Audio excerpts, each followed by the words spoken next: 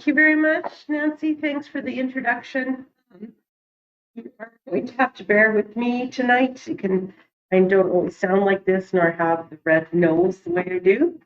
But as Nancy mentioned, I'm a RALP PAL, and a PAL is an acronym for Program Access Liaison. So I'm one of a few people that are contracted throughout the province to provide some outreach and assistance for filling out applications, but we're contractors for the government. We're not the ones that do the reviewing or make the big decisions. So that gives you an idea of what we're going to cover tonight. I'm going to try and focus more on the specifics and those application tips.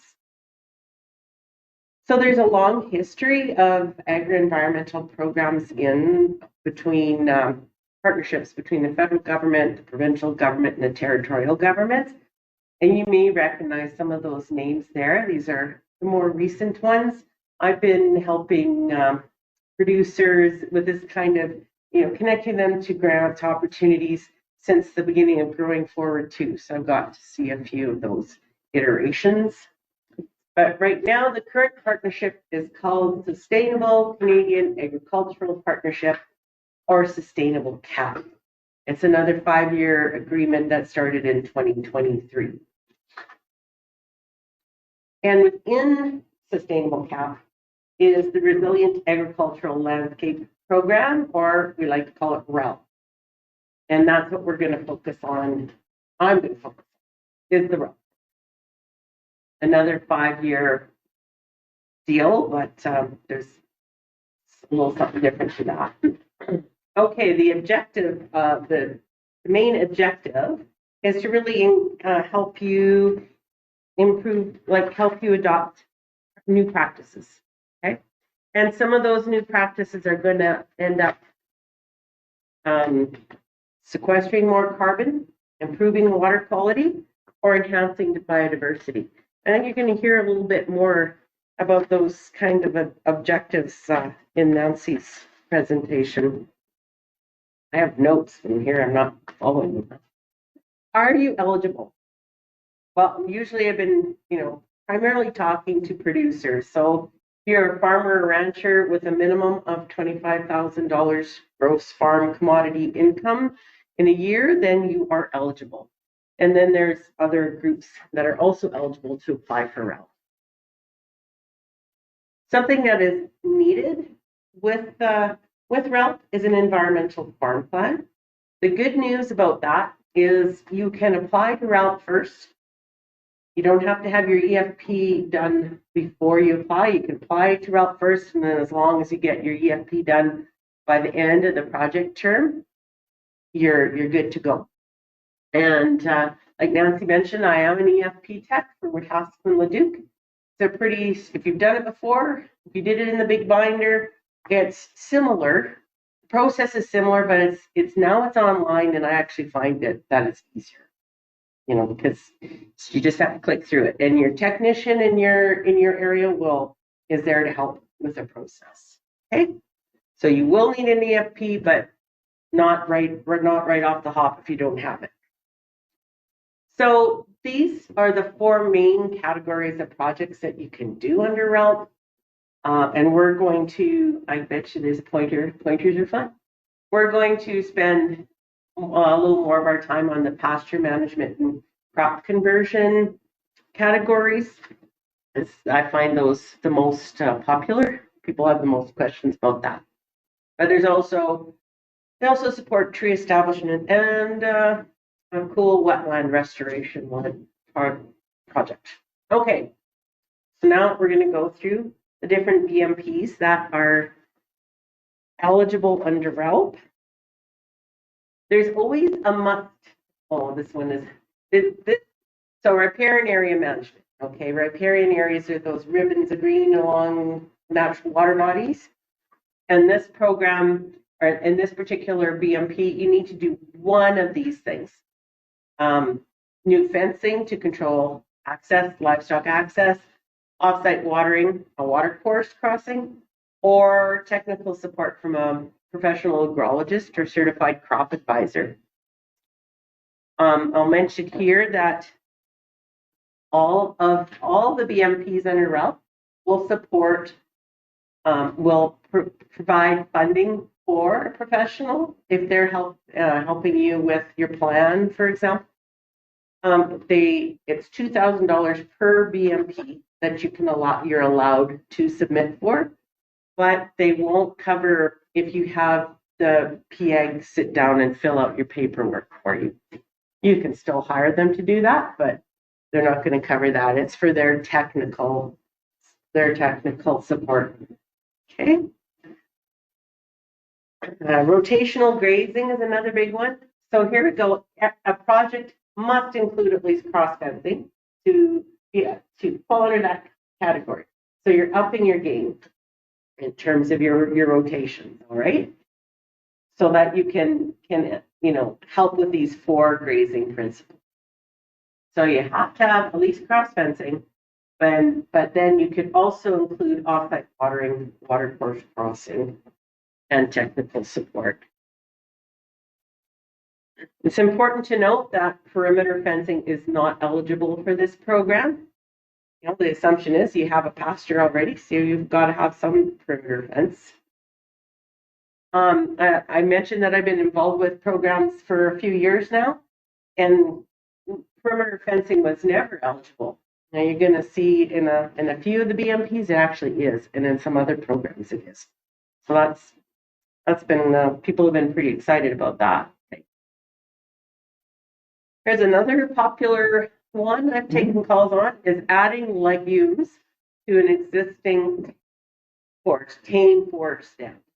That can be either pasture or hay, however you want to try to get that put in, right? The drill, broadcasting, or even mixing it in with your mineral. And that must include at least the legume seed and the seeding costs. Seeding costs under this program are maxed at $30 an acre.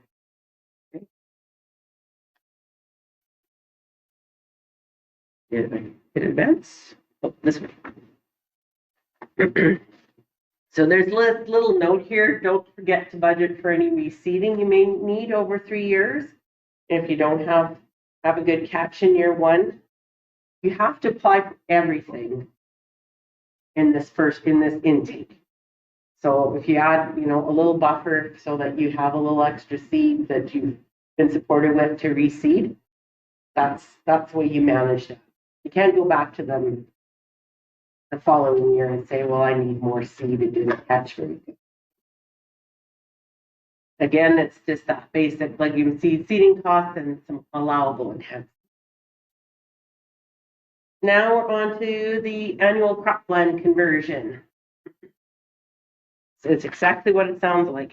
You're taking annual crop and you're doing something new to it.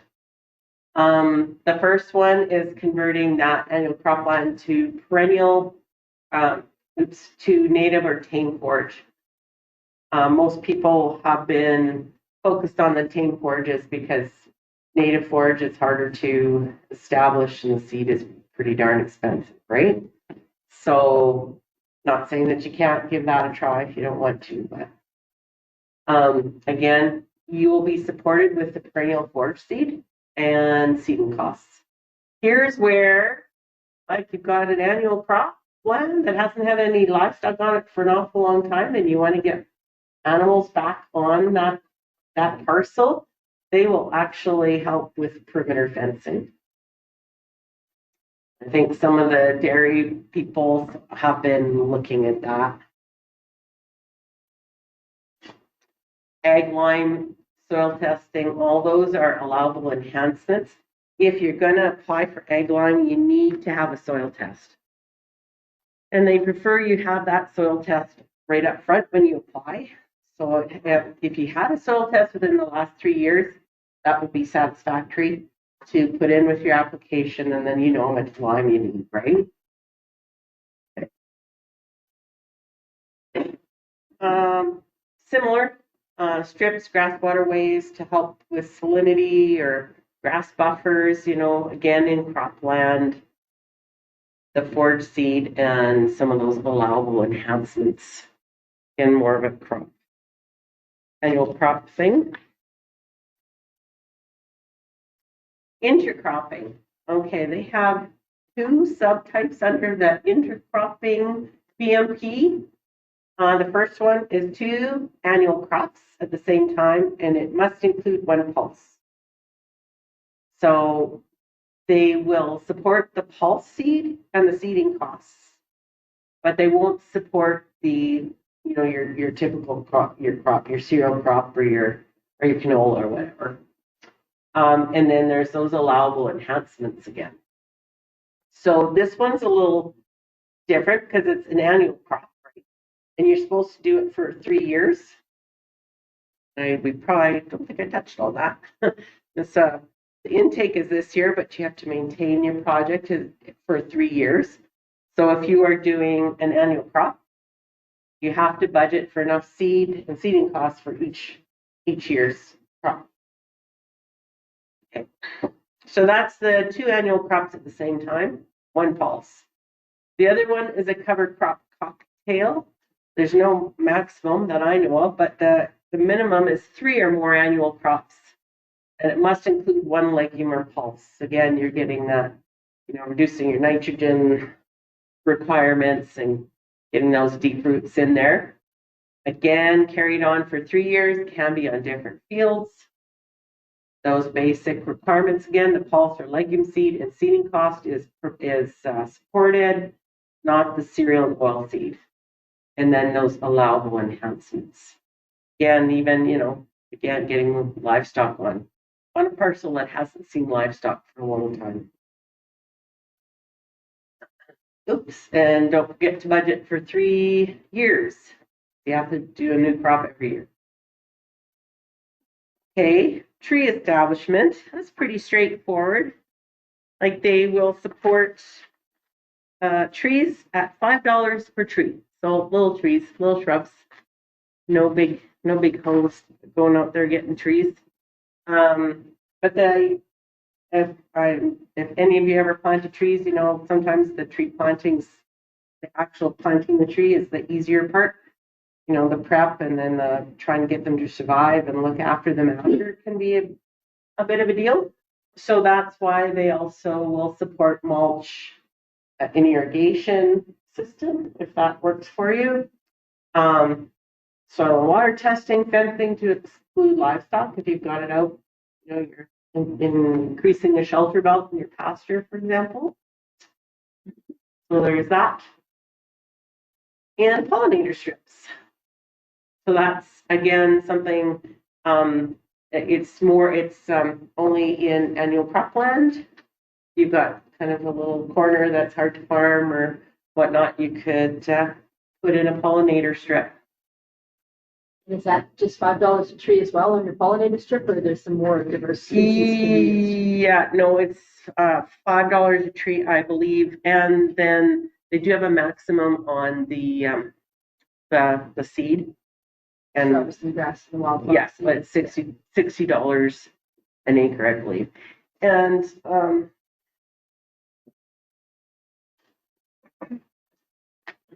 this is the funding list that's online, and there's a stack of them there. This is the gospel. And when you're filling out an application, this is what you go by, and gives you especially the appendix, your cost maximums and more information. Health, like myself, are here to help, but that's kind of where you get started, right, on that funding list. And this wetland restoration one, it's cool, but you need to have as a farmer, you need to have participated in the wetland replacement program with Alberta Environment. So if you'd happen to do that, this is the last intake, so your wetland would have to be finished between now and the end of January, actually. You can apply to RALP and show them that, yeah, I've done this wetland, and they'll give you a flat rate of $1,000.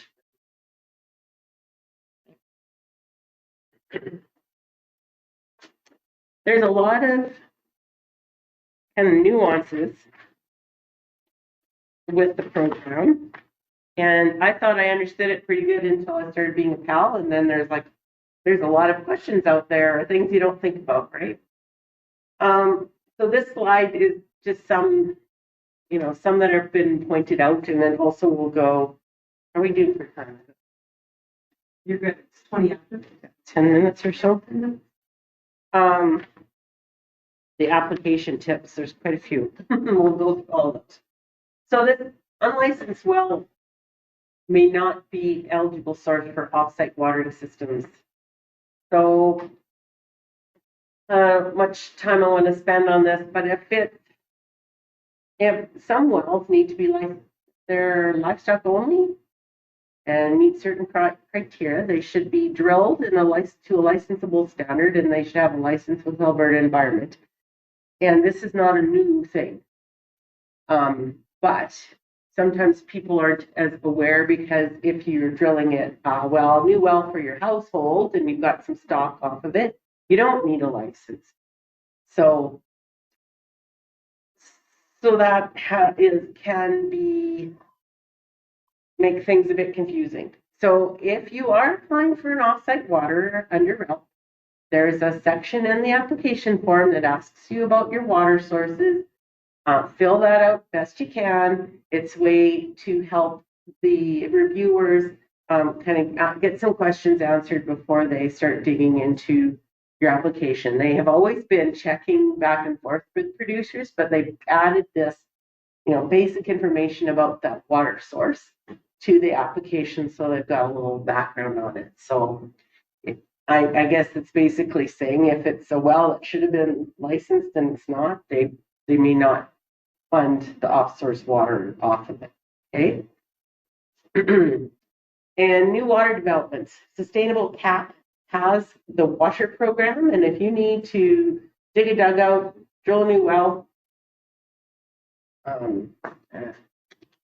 develop a spring, that's the program that can help you with it.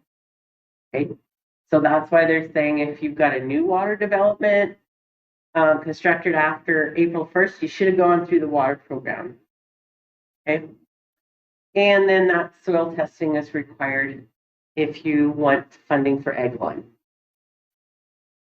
How is funding calculated? We're not going to spend a whole lot of time on this, that's for sure.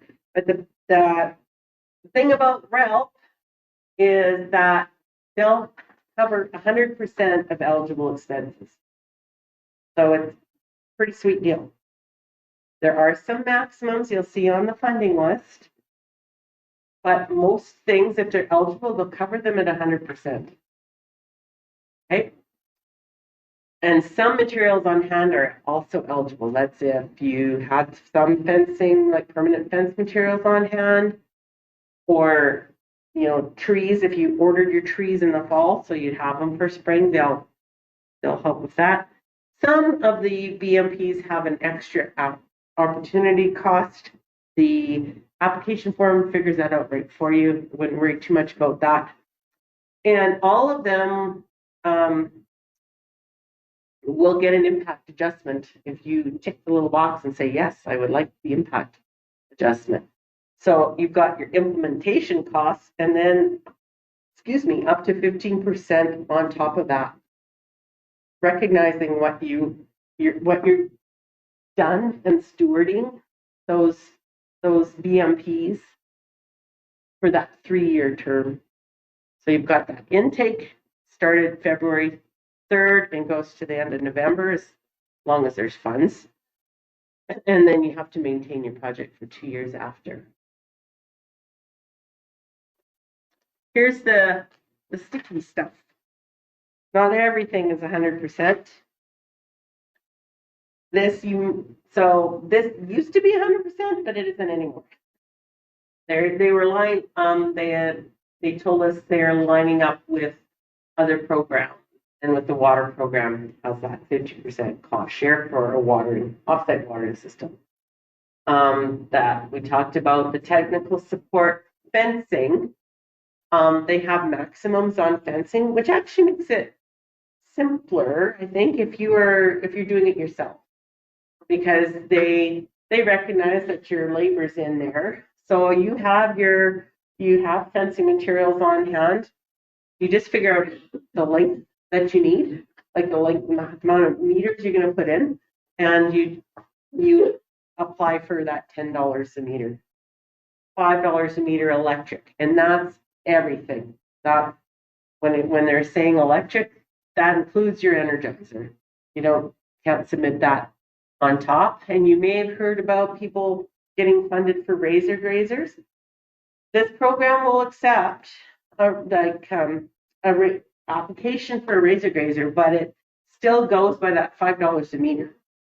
So however, whatever your reel is that you buy, that's the distance you're going to be able to fence, and that's what they pay you. Okay. There's the trees, the $30 an acre for seeding operations. If you think you're going to need to ag line, but you don't have a current soil test, you can apply for that. You're just going to have to make sure you get that done right away in spring, and they won't give you a final approval until they've seen that your soil test. So it's $200 a quarter, $200 an acre for egg lime. And then you had that question about pollinator strips, $60 an acre flat seed and labor. Oops, you can tell I really like the green button. Pointer. Can you stack funding? No, that's the simple. So if you can't do the same, you can't get funded by RALP on the same project and as can stack other programs. That's the simplest way. How much funding can you receive? The minimum is $2,000. Application is $2,000 under this program, and you can receive up to $150,000 per producer. When to apply? Well, there's a little different intake for the land establishment, but this intake actually opened February 3rd. It was a Monday, and the intake period is to November 30th. But last year they filled up middle of May, right? So if you want to apply to this program, if you think it's for you, start working on it ASAP, because now there's been more outreach and more phone calls. So I wouldn't be surprised if it closed sooner than May. And with that cost share, it's a pretty popular program. Oh, yeah, so their applications are accepted and reviewed on a continual basis. So you get your application in, it's in that queue until all the funding has been allocated. Another thing, maybe it's coming up later, I'm not sure. Probably in the tips. If your application, if they deem it's incomplete, they will send it back to you and you lose your place in the line. You want to do the best you can to have your application complete. And I think it also, the more applications they have, the more ruthless they might be, right? You apply this year, your activity must be implemented by November 30th. So when you do apply, think, well, what can I do and afford to do this year? I have time to do, because you have to get it done this year and then maintain it, other than the annual crop. There's a little idea of the timeline. So 100%, mainly 100% funded, but they'll give you, once you're approved and you've done your interim report, say that I've got this done and provided your invoices, they'll give you 50% of the funding then, and then the remaining 50% at the end of the term. Okay, so that's something to think about too. Here's the tips for success. I need some water. I'm really glad I sneezed, but I'm ready. Multiple projects can be applied for in the same application, and you're encouraged to do that. And multiple BMPs can be done on the same land. So you can have the riparian fencing, the rotational grazing. Maybe you're adding legumes to your pasture. All that can be done on the same paddock. Talked about that funding list. Make sure you take a good look at that. And plan some of those BMPs to get a plan for the 3 years. Something I'll mention now, the cost maximum. If you're filling out for a watering system, just put in the 50% that they'll cover. Okay. And if you happen to have, you can do projects on public land. You just need proof of approval from the provincial rangeland agrologist. Oh, I cursed myself. You'll sneeze coming. It could be an email. All activities need to be done by the end of November. We talked about that. On the application form, they all have to have an implementation date. Give yourself lots of time. Yeah, because so it has to be done by November 30th, even though you have fully intend to be done by August or whenever. So it doesn't hurt to say November 30th or 29th. This is really important. The applicant name, the very first thing you fill out, must match the name on all the invoices and receipts. So if you have a farm name, that's what your invoices and come into, then put that name on there. Don't put your own name behind it. I heard somebody got their application returned. It's got to match one name in the applicant. And if you're Joe Farms, and then it's Joe Hofer is the person that the contact. That's okay, but you don't say Joe Farms, Joe Hofer in brackets. All right. Quotes are required for most everything, and they do have on the funding list, what, and the tips on the application form, a few things that don't need a quote, which are those, materials you have on hand for fencing, for example. But if you're getting seed, you gotta find out what from the seed supplier. Okay. And applications must have a handwritten signature. So you can fill it out online on the computer. It all adds everything up for you, but you still have to print off that back page and handwrite your signature on it, rescan it in. So that's a requirement. And receipts must be within the dates of that program term, from February 1st to November 30th. Applications reviewed as they're received. Incomplete applications will be returned. Funding is not guaranteed until your application has been approved. And that wetland category. So there is, if you want to be sure, you've applied and you want to be sure that you are approved before you go ahead, that's your prerogative, and sometimes it takes a long time to hear back. If you want to proceed at your own risk, like I was going to do this anyway, you get your application in and make sure your receipts are within that intake. And if you go ahead and you find out you're approved, then you're good to go. Okay, so that's another thing to think about. How much do I want to lay out if I've got to wait to hear? And we were also told that in prior intakes, the maps could be a bit unclear to the reviewers. And this one's sideways, so that's a little unclear too, okay? So make sure your plan is obvious to somebody that has no idea about your farm, okay? And use different colors, label what's existing, especially if you're doing the rotational grazing. And you'll see it on the application form, give you a checklist of what they want to see on the aerial maps, what's already there, and what I want to do, what I want to improve. Include a legend and make sure you got the legal land on top of your map. And if you need to, supply additional maps. Maybe you're doing this over a whole section. Zoom out so you can see the whole thing. That's cool too. And this is an example of a pretty map. Look straight on. They want aerial maps, and you can see why. You really can tell what's going on the landscape. Doesn't mean you have to do it all fancy computer. You get the aerial map and you get your felt markers and draw it all out. That's good too. You just got to make it clear so people understand. There is random project verification.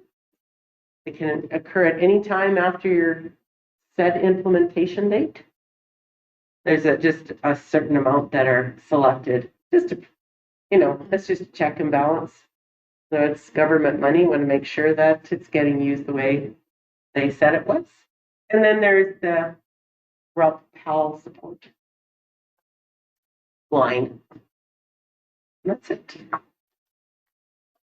Biggest takeaway, few takeaways is there's a lot of funding. Look at the list or a lot of practices funded. Look at the list and get your application in as soon as you can. Okay. Thanks.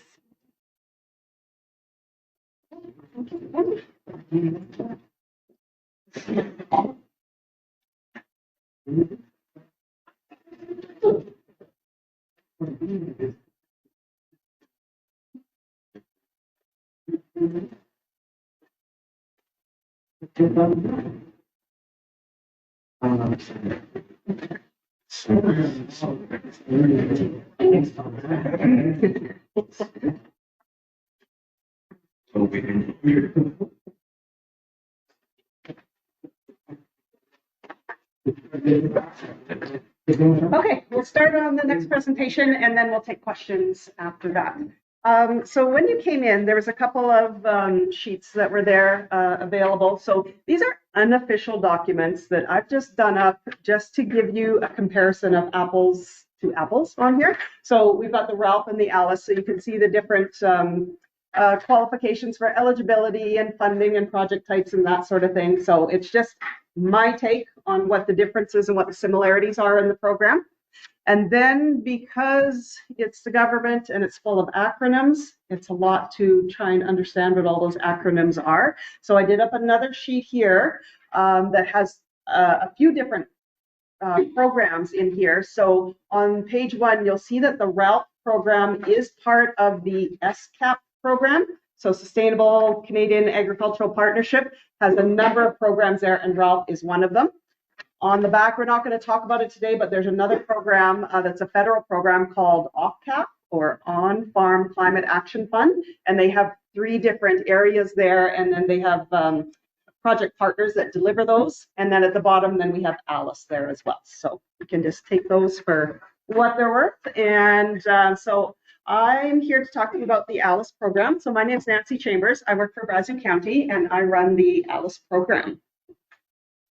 So first of all, I just want to explain who we are. So ALUS used to be known as the Alternative Land Use Services Program. That's a mouthful, so they just went to ALUS for short for that. We are a charitable nonprofit organization active in 6 provinces and recently also expanded into Iowa. So they used to be called ALUS Canada, and now we're just called ALUS as we are expanding. Our focus is on farmers and ranchers building nature-based solutions. So I do have to say that the ALUS program is specific for farmers and ranchers. Now, if you are an acreage owner, we want to encourage you to do those sorts of projects as well. There is another program called Green Acreages, and if anyone wants any information on that, if you don't qualify for ALUS, I can give you information on the Green Acreages. It's similar to ALUS, but geared towards the acreage owners. So with ALUS, the nice part about it is we are community developed and farmer delivered. So in Alberta, the ALUS programs are run through the municipality. So Brazeau County is an ALUS community. In other provinces like Manitoba, for example, they use the watershed districts as their ALUS communities. So the nice part about it being community developed is our advisory committee tailors their decision making, their policies, their projects, their payments to what works for Brazeau County. So what we do here in Brazeau County may be a little bit different from what Kim and her groups do in Leduc and Wetaskiwin. But we also say we're farmer delivered because we have a board called the Partnership Advisory Committee that actually decides on these projects. And it's a board of 10 voting members. So we have one counselor, 4 external agencies, and then we have 5 farmers that sit on this board. So these are farmers with experience. They know what you're talking about when you want to implement a project. They know if the expenses are realistic. They have suggestions. So that's how we say that we are community developed and farmer delivered.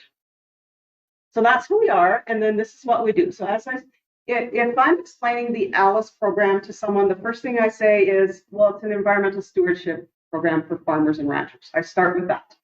And then together we help create, restore, and enhance nature on the land. And the result of that is nature-based solutions, not only for the farmer, but for the community as well. So for example, if you have cleaner water on your property, your neighbor is going to have cleaner water on theirs. Cleaner air on your property, cleaner air for the whole community. And so some of the results that we see from these projects are flood and drought mitigation, water filtration, native habitat, nutrient cycling, a bunch of things like that. So that being said, you probably still don't really know what ALUS is, so I like to show some project examples. So the ones I'm going to show you are actual project examples of here in Brazeau County. So first one is bank restoration. So this is, I believe it's Moose Creek. And so this farmer, his cattle were going into there to drink out of the creek there. Banks were sloughing in, that sort of thing. So he excluded the livestock from there, and then just very naturally that bank started to restore. Grass was growing, shrubs were growing, you get good roots, and then it's stabilizing that bank there. So as part of this, he put up exclusion fencing to keep the cattle out of the area there. And then of course, by fencing that off, he lost his water source. So you can get a solar waterer as part of your project as well. So those are our very most common types of projects here in Brazeau County. Other than that, we have some other projects like pollinator habitat. So if you want to plant some flowering shrubs, trees, flowers, that sort of thing to encourage the pollinators, that's a project type. Also tree planting. And some of these all go hand in hand. So like with the bank restoration, some of that may be allowing it to come back naturally. Some may be doing some planting to stabilize that. Wildlife habitat, some projects are as simple as designating an area to put up some bird houses or bat houses. Seems like a very simple project, but a big impact on that. Wetland enhancement, that kind of goes hand in hand with some of the other ones. You fence it out, let the wetlands come back naturally without any disturbance from the livestock.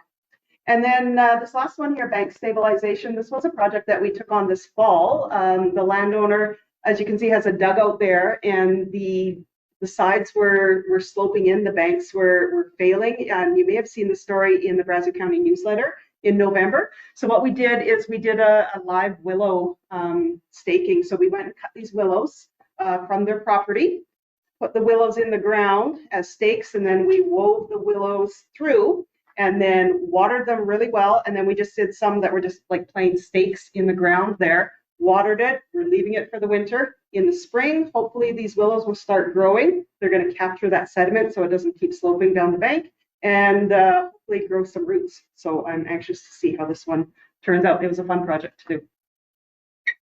Okay, so let's get into eligibility. So in order to be eligible for the ALUS program, you must be an agricultural producer with a registered or legally defined farming operation. So basically, if you have farm tax status, or if you can get purple fuel, you have farm tax status and you'll be eligible for the program.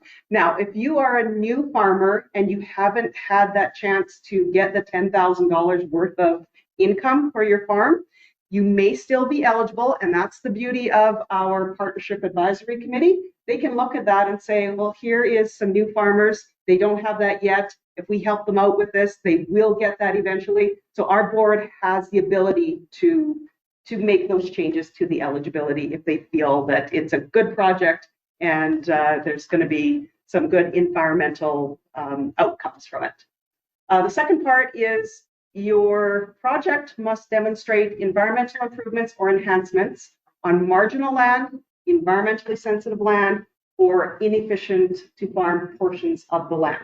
So we're not looking to subsidize your farming operations. We're looking for you to use your marginal or sensitive land a little bit differently. So instead of trying to farm through those, you can enroll them in the ALUS program. They're still going to be producing environmental benefits, but they're just going to be a little bit of a different benefit and allow you to use your land a little bit differently. And the third one is just on the amount of land that you can enroll. So if you have working lands, meaning pasture or crop, you can only enroll 20% of your lands into the program. But if you're going to enroll marginal, environmentally sensitive, or inefficient to farm lands, there are no limits to that. So that's something that's changed recently. If the project makes sense and our PAC wants to support it, we can enroll it. Okay, so here's how the program works.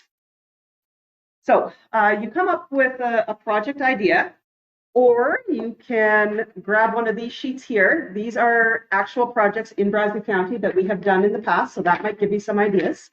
And then in the fall, I met with a new landowner, and he said, do you have like a catalog that I can just kind of go shopping of, kind of thing? So we came up with this document, and they're on the table there. You can grab them. They're also available on our website. And it just gives a little more information about different types of projects. So for example, you have some wetlands. So then it gives you 3 options of what you can do for wetlands. You want to improve the landscape, so you can work on your soil, invasive species, landscape enhancement, that sort of thing. So feel free to pick up one of these or check it out online.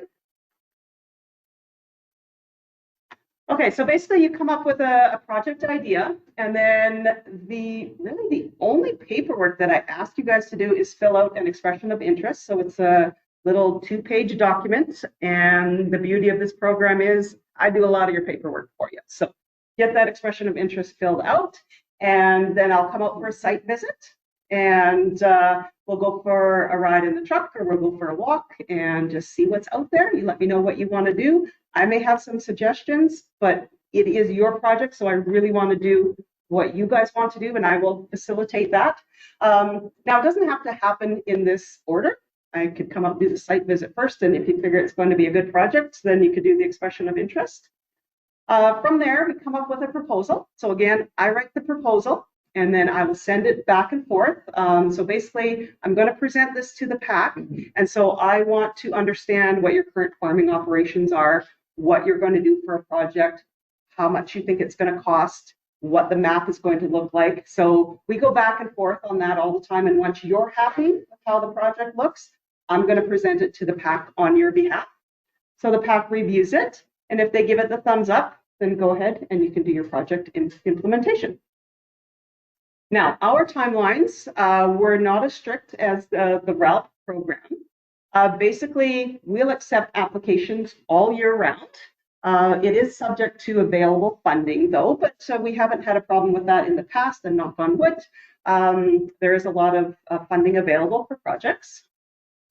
But we do ask, if the PAC approves your project, can you complete it by November 1st?